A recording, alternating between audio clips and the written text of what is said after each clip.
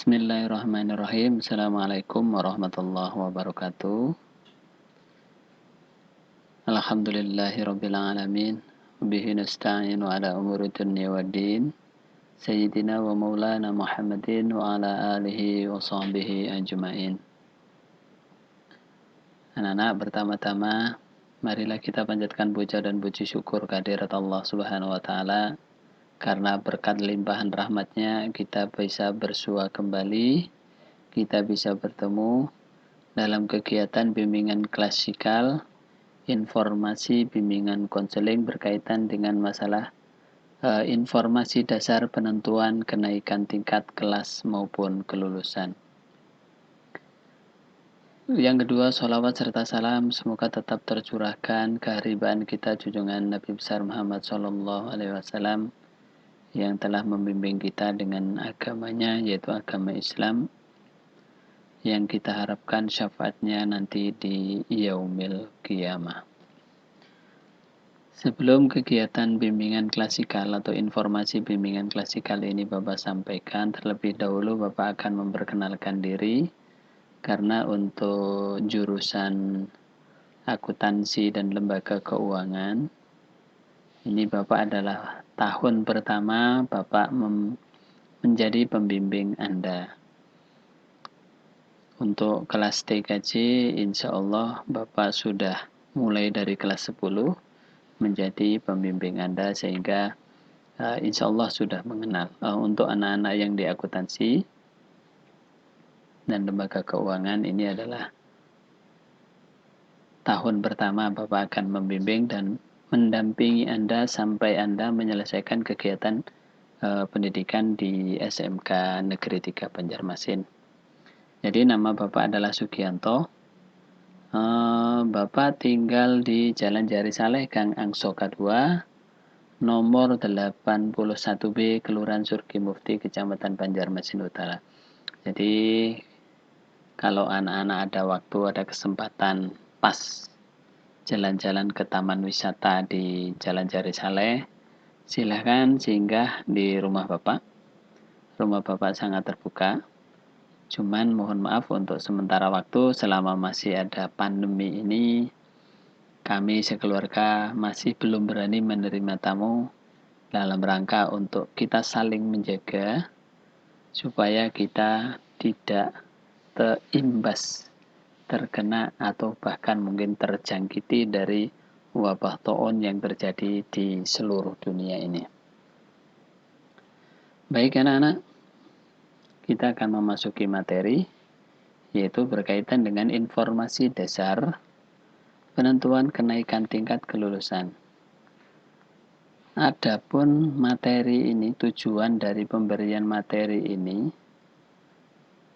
adalah supaya anak-anak memiliki informasi yang cukup, sehingga anak-anak bisa mengatur strategi belajar untuk yang dari kelas 10 bisa naik ke tingkat atau naik tingkat ke kelas 11 atau naik kelas ke kelas 11, dari yang kelas 11 naik tingkat ke kelas 12.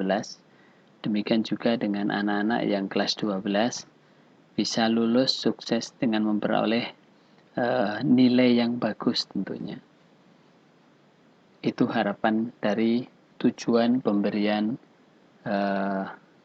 informasi bimbingan klasikal ini. Anak-anak, untuk informasi dasar penentuan kenaikan tingkat atau kenaikan kelas atau kelulusan itu ada dua. Yang pertama adalah nilai sikap. Yang kedua adalah nilai kompetensi atau mata pelajaran. Setiap kali menjelang kenaikan tingkat atau kenaikan kelas maupun kelulusan, itu Dewan Guru yang meliputi seluruh Bapak Ibu Guru ditambah dengan tenaga kependidikan itu akan mengadakan musyawarah untuk menyaring mana-mana siswa yang memenuhi ketentuan untuk naik tingkat maupun naik kelas maupun kelulusan, dan siapa-siapa yang tidak memenuhi ketentuan untuk naik tingkat maupun kelulusan. Dilakukan setiap tahun menjelang hari-hari kenaikan tingkat ataupun kenaikan kelas. Oke, kita masuki yang pertama, nilai sikap. Nilai sikap itu meliputi apa saja? Nilai sikap yang jadi acuan untuk seseorang dinyatakan itu memenuhi ketentuan untuk naik tingkat atau naik kelas, itu ada 5 kategori, yaitu yang pertama integritas, yang kedua religius, yang ketiga nasionalis, keempat mandiri, dan kelima gotong royong. Integritas itu ada sub-subnya yang meliputi kesetiaan, kemudian anti korupsi, kemudian di situ ada keteladanan, ada keadilan, kemudian ada menghargai martabat manusia.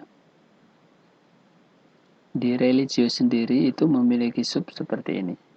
Yang pertama taat beribadah, yang kedua menjalankan ajaran agama, menjauhi larangan agama, melindungi yang kecil dan tersisih. Kemudian nilai sikap nasionalis yang meliputi rela berkorban, taat hukum, unggul, disiplin, berprestasi, cinta damai. Yang keempat mandiri.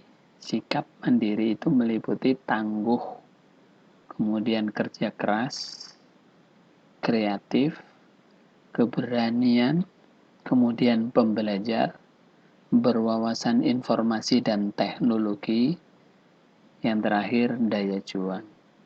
Kemudian untuk gotong royong itu meliputi musyawarah, tolong menolong, kerelawanan, solidaritas, dan yang terakhir anti diskriminasi. Terus yang jadi pertanyaan, kapan nilai sikap ini diambil? Begitu ya anak-anak ya. Nilai sikap ini diambil sewaktu-waktu sepanjang waktu 1 tahun kegiatan pembelajaran. Jadi kalau seandainya ada kasus dalam masa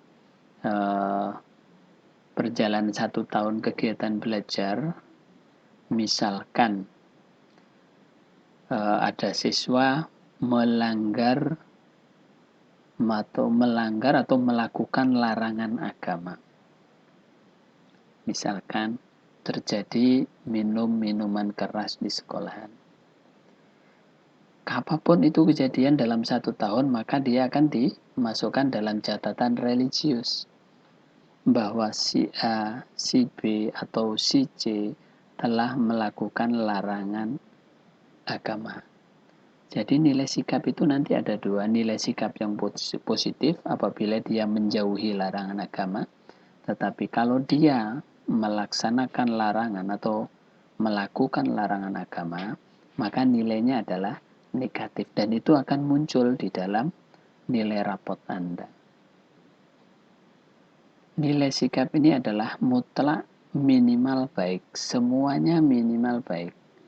Karena kalau ada nilai sikap itu yang tidak baik atau dalam arti negatif, maka hak Anda untuk naik tingkat bisa gugur. Maksudnya bahwa Anda bisa dinyatakan tidak naik kelas atau bisa dinyatakan Anda tidak lulus. Maka nilai sikap ini mutlak. Maka harapan Bapak bahwa anak-anak betul-betul memperhatikan sikapnya setiap hari.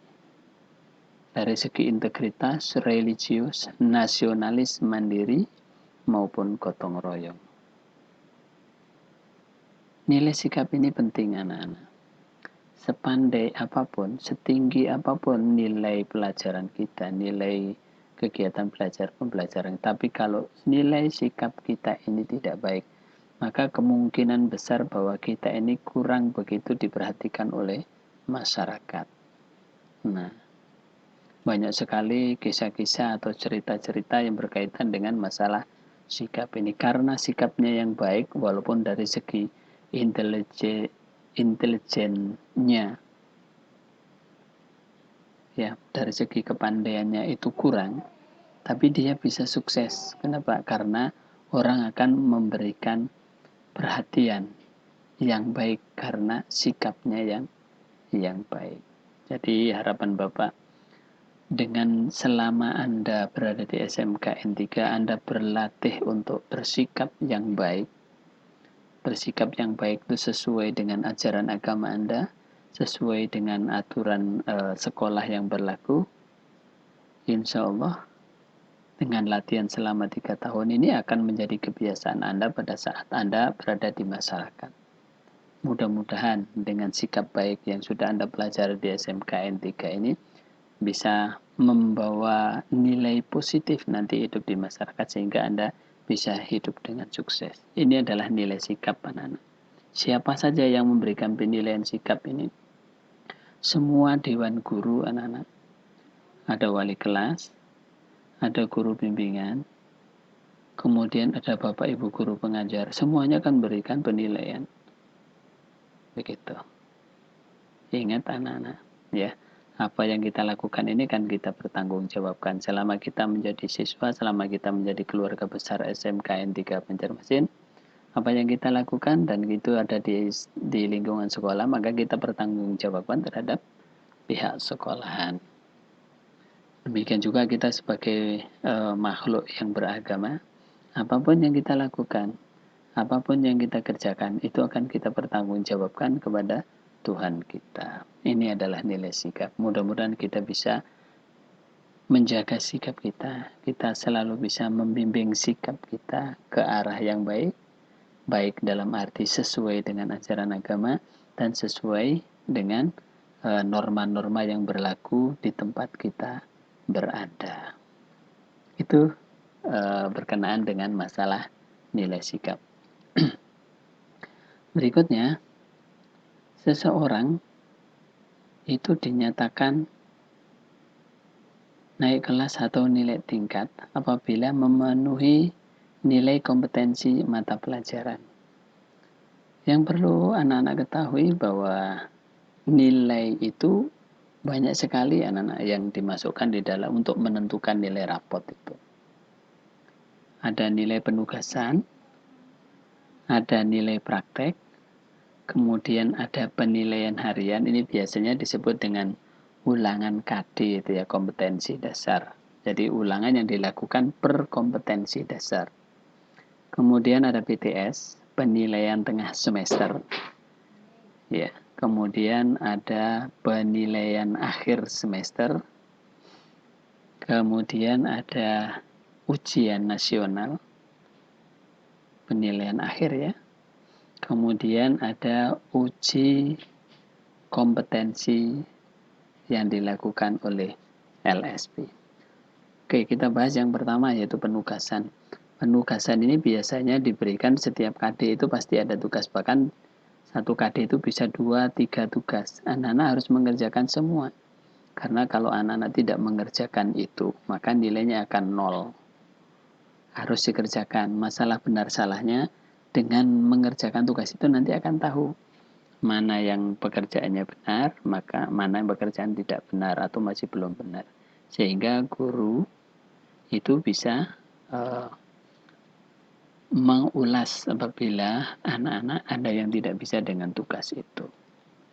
Kemudian ada penilaian praktek, ini khususnya untuk sekolah kejuruan itu adalah praktek juga diberikan penilaian.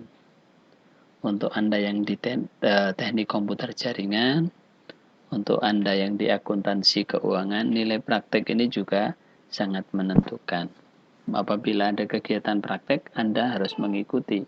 Karena apabila Anda tidak mengikuti, ya pasti tidak ada nilainya. Gitu. Kemudian ada penilaian harian atau ulangan KD. Kemudian ada penilaian tengah semester, ada PAS.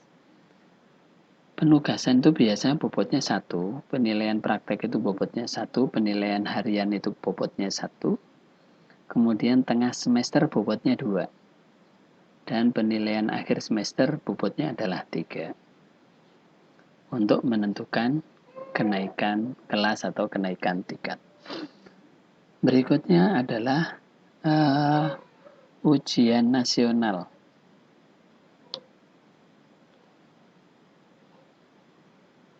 Nah, ini saya ucapkan selamat kepada anak-anak bahwa untuk tahun 2021 ini ujian nasional ditiadakan. Tapi tidak serta-merta bahwa kegiatan ujian tidak ada. Tetap ada anak-anak yang namanya AKM. Apakah AKM itu? AKM adalah asesmen kompetensi minimum. Ini ujar Pak Menteri seperti ini. Asesmen kompetensi minimum adalah asesmen kompetensi yang benar-benar minimum digunakan untuk memetakan sekolah-sekolah dan daerah-daerah berdasarkan kompetensi minimum. Apa itu materinya? Materinya yang sebagian kognitifnya hanya dua, yaitu literasi dan yang kedua adalah numerasi. Jadi anak-anak, pengganti dari ujian nasional itu adalah AKM, Asesmen Kompetensi Minimum. Itu sama dengan ujian nasional, tetapi dilaksanakan oleh sekolah, bukan dilaksanakan oleh negara secara bersamaan dengan soal yang sudah ditentukan seperti itu. Tapi sekarang adalah namanya Asesmen Kompetensi Umum. Kenapa kok ujian nasional ditiadakan? Karena ujian nasional itu sekarang keperuntukan nilainya itu hampir tidak ada manfaatnya begitu.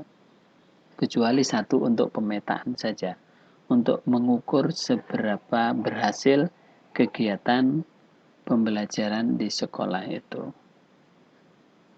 Selebihnya kurang bisa dimanfaatkan. Contohnya saja sekarang kalau mau masuk perguruan tinggi, sekarang sudah tidak mempergunakan nilai ujian nasional. Kayak misalkan masuk SNMPTN, bukan mempergunakan nilai ujian nasional, tapi mempergunakan nilai raport. Kemudian mau masuk mau masuk perguruan tinggi, jalur SBMPTN harus ikut tes. Nah, nilai ujian nasional tidak terpakai. Makanya itu pemerintah sekarang mengganti ujian nasional yang berbiaya tinggi itu dengan kegiatan yang namanya asesmen kompetensi minimum. Itu. Kita lanjutkan. Nah, ini penjelasan Pak Menteri juga. Literasi bukan sekedar kemampuan membaca. Nah, ini perhatian ya. Tetapi juga kemampuan menganalisis suatu bacaan. Nah, anak-anak harus berlatih betul ya. Serta kemampuan untuk mengerti atau memahami konsep di balik tulisan tersebut.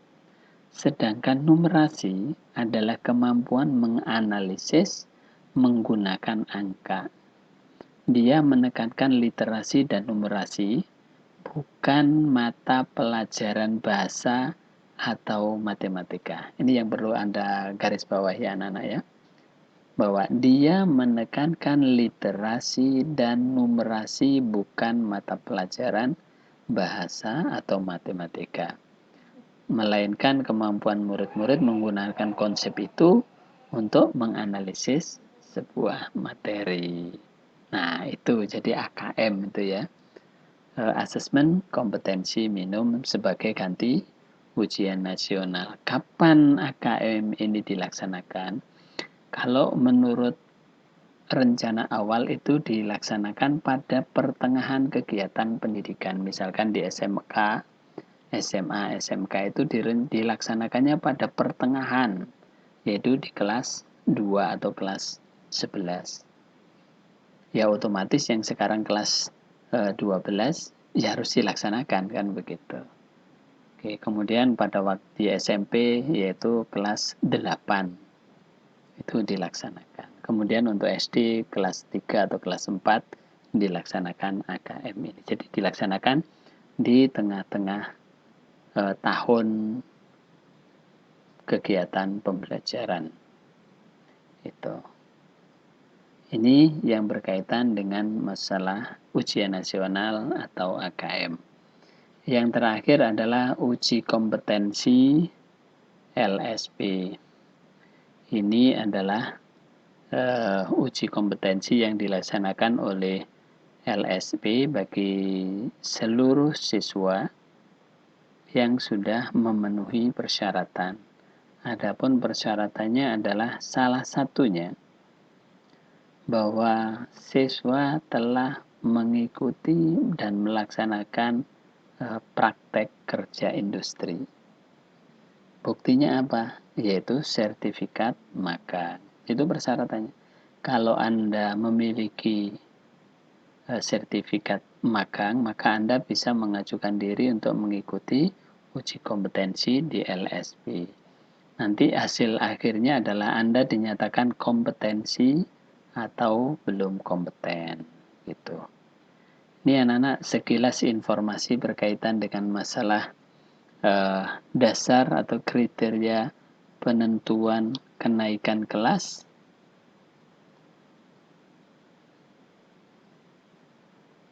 maupun kenaikan tingkat maupun kelulusan di sekolah kita.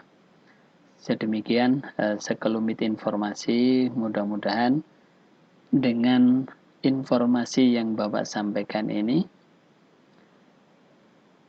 Anda mempunyai gambaran bagaimana sih cara saya belajar, bagaimana sih saya menyikapi ini semua supaya saya bisa naik kelas, supaya bisa lulus, kan begitu. Oke, perlu Bapak ulang kembali bahwa penentuan atau informasi dasar penentuan kenaikan kelulusan itu ada dua, yaitu sikap, nilai sikap dan nilai kompetensi atau mata pelajaran. Mudah-mudahan bisa menambahkan informasi sehingga bisa menambahkan greget dan semangat Anda untuk mengikuti kegiatan belajar di SMK N3. Pesan Bapak tetap berada di rumah selama pandemi ini. Kita saling menjaga kesehatan kita, kita saling menjaga ukhuwah kekeluargaan kita melalui informasi, melalui media begitu ya. Kalau Anda menjaga diri Anda dari wabah ini, berarti Anda sudah menjaga keluarga Anda. Terima kasih, tetap sehat, semangat sehat, tetap berada di rumah. Assalamualaikum warahmatullahi wabarakatuh.